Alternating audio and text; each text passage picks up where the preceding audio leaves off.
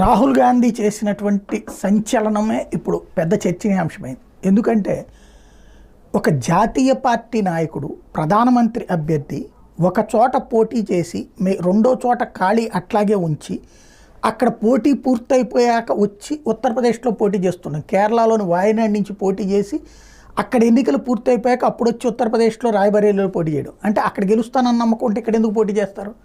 క్రిందసారి అమేథీలో గెలవలేనన్నటువంటి భయంతో వాయనాడ్లో పోటీ చేశారు.